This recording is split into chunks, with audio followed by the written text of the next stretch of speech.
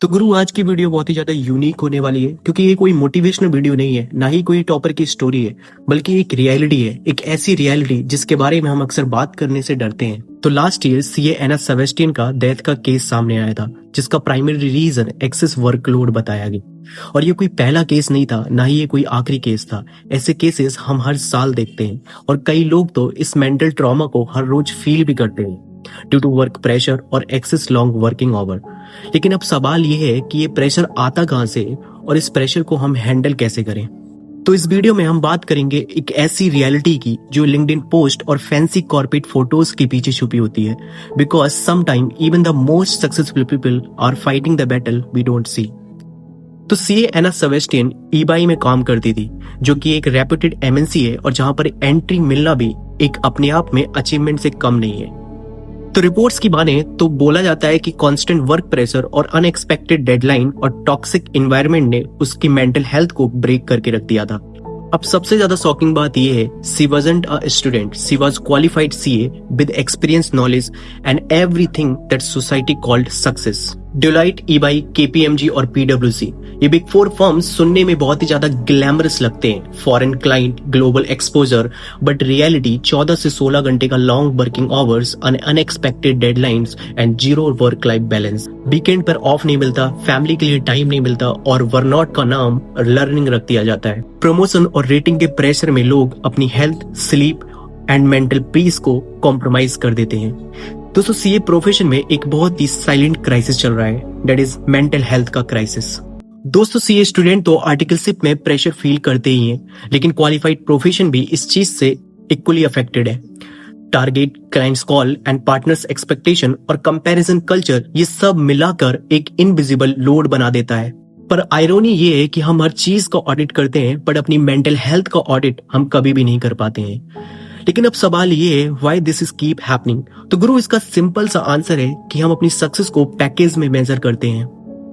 हम सीखते हैं कि बैलेंस शीट कैसे बनानी है, बट अपनी लाइफ को कैसे बैलेंस करना है वो हम कभी भी नहीं सीख पाते हैं।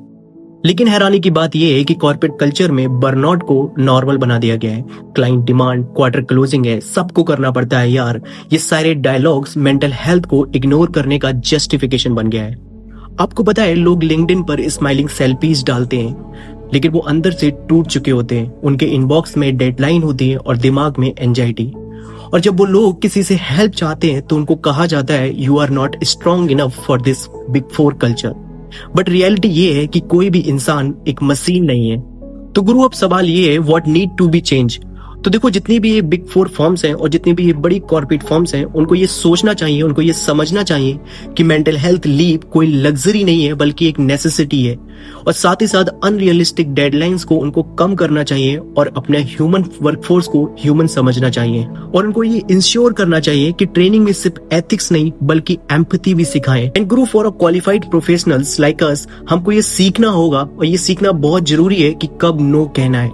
देखो, जॉब जरूरी है बट लाइफ उससे भी बड़ी है। तो गुरु, अगर आपको अपने वर्क प्लेस पर एंजाइटी फील हो रहा है या फिर बर्नआउट फील हो रहा है, तो आप अपने किसी भी कलीग की हेल्प ले सकते हो या फिर अपने फैमिली मेंबर में किसी से बात कर सकते हो, बिकॉज काउंसलिंग लेने में कोई भी शर्म नहीं है। एंड गुरु, मेरा पूरे सीए कम्युनिटी को बस एक ही मैसेज है, चाहे आप सीए स्टूडेंट हो या फिर क्वालिफाइड सीए हो, देखो, रिजल्ट या जॉब तुम्हें डिफाइन नहीं करती। तुम्हारे फैमिली, फ्रेंड्स और लव वन तुम्हें पेपर के मार्क्स से नहीं मापते। और अगर तुम्हें लगता है कि सब कुछ खत्म हो गया है, देन प्लीज किसी से बात करो, because silence kill faster than stress.